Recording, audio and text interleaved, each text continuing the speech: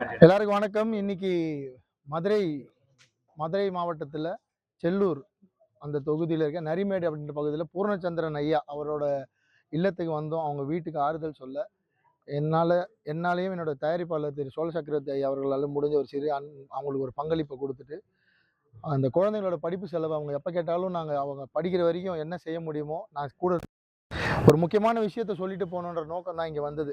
வேறு எந்த நோக்கம் இல்லை. அது என்னன்னா, சமூக வலைதளங்கள்ல பூர்ணச்சந்திரன் அவர்கள் அவரு செஞ்ச இந்த காரியத்தை ஆதரிக்க வரல.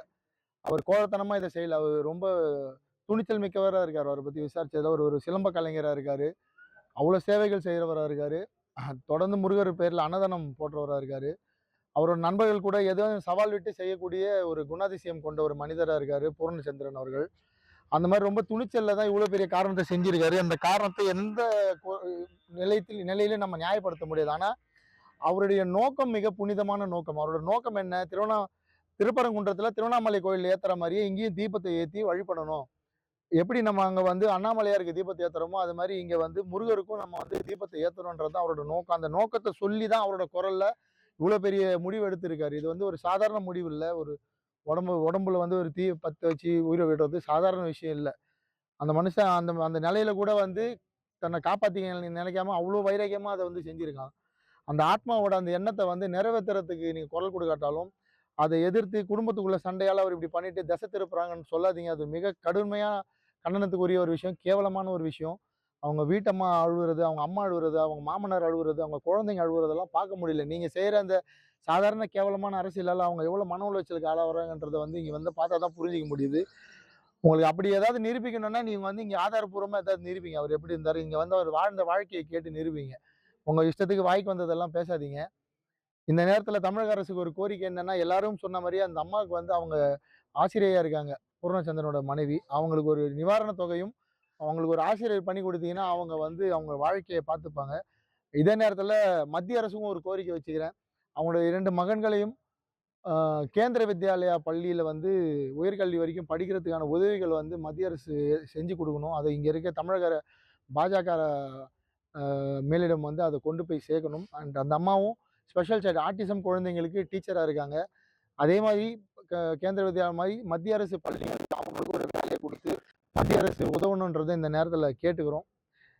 மேலும் மறுபடியும் சொல்றதுதான், இவ்வளோ பேர் இருக்கும், இந்த இந்து சமுதாயம் கூட இருக்கு. என்னைக்கு இவங்களுக்கு ஏதாவது ஒரு தேவைன்னா கூட பூர்ணச்சந்திரனோட நல்ல நண்பர்கள் இருக்காங்க, அவரோட சகோதரர்கள் இருக்காங்க. அவங்க மூலியமா மக்கள் கிட்ட கொண்டு போய் இந்த குடும்பத்துக்கும் அந்த குழந்தைங்களுக்கு தேவையானதை அந்த வருஷம் ஃபீஸ் கட்டுறதாகட்டும், அவங்களுக்கு தேவையான பொருட்கள் வாங்கி தரதாகட்டும் நிச்சயமா செஞ்சு கொடுப்போம். சொல்லிட்டு போற சாதாரண விஷயமா இருக்காது. நிச்சயமா நான் கூட நின்று, பல பேர் கூட நின்று, அண்ணன் இருக்காங்க, ராமராஜ்குமார் அண்ணன் இருக்காங்க, சுபாஷ் அண்ணன் இருக்காங்க, எல்லாரும் நின்று அவங்க குடும்பத்துக்கு நிச்சயமா ஆறுதலா நிற்போம்னு இந்த நேரத்துல தெரிவிச்சுக்கிறேன். நன்றி. மனைவி பேசும்போது தலைகீழா இருந்து அந்த சாமி பாட்டெல்லாம் பாடுவாரு, ரொம்ப இறைபக்தி உள்ளவரு. திருப்பரங்குன்றத்தில் தீபம் ஏத்தலாத அன்னைக்கு சொல்லி அதெல்லாம் அதான் என் முதல் நாளுக்கு உயர்நீதிமன்ற தீர்ப்பு வந்தப்போ ரொம்ப சந்தோஷத்துல இருந்திருக்காரு, இன்னைக்கு தீபம் ஏத்திருவாங்கன்னு. அது ஏமாற்ற மாட்டேவே அடுத்த 2 நாளும் அதே மாதிரி ரொம்ப ஆர்வமா தான் இருந்திருக்காரு. இன்னைக்கு தீபத்தை பார்த்துடலான்னு. அந்த தீபம் ஏத்தல, இங்க ஏதோ ஒரு அரசியல் நடக்குதுன்னு தெரிஞ்சவொடனே அவரோட கோவத்தை எப்படி வெளிப்படுத்துறது தெரியாத ஒரு சாதாரண சாமானியன் அவரு. விசாரிச்சதில்ல அப்படிதான் தெரியும். ஒரு சாமானியன் தன்னோட கோவத்தை எப்படி வெளிக்காட்டும் அரசாங்கத்துக்கு? இப்படி காட்டிட்டார் அவர். அது தப்பான வழியா இருந்தாலும் அவரோட கோவம் ரொம்ப நியாயமானது, அவரோட கோரிக்கை ரொம்ப நியாயமானது.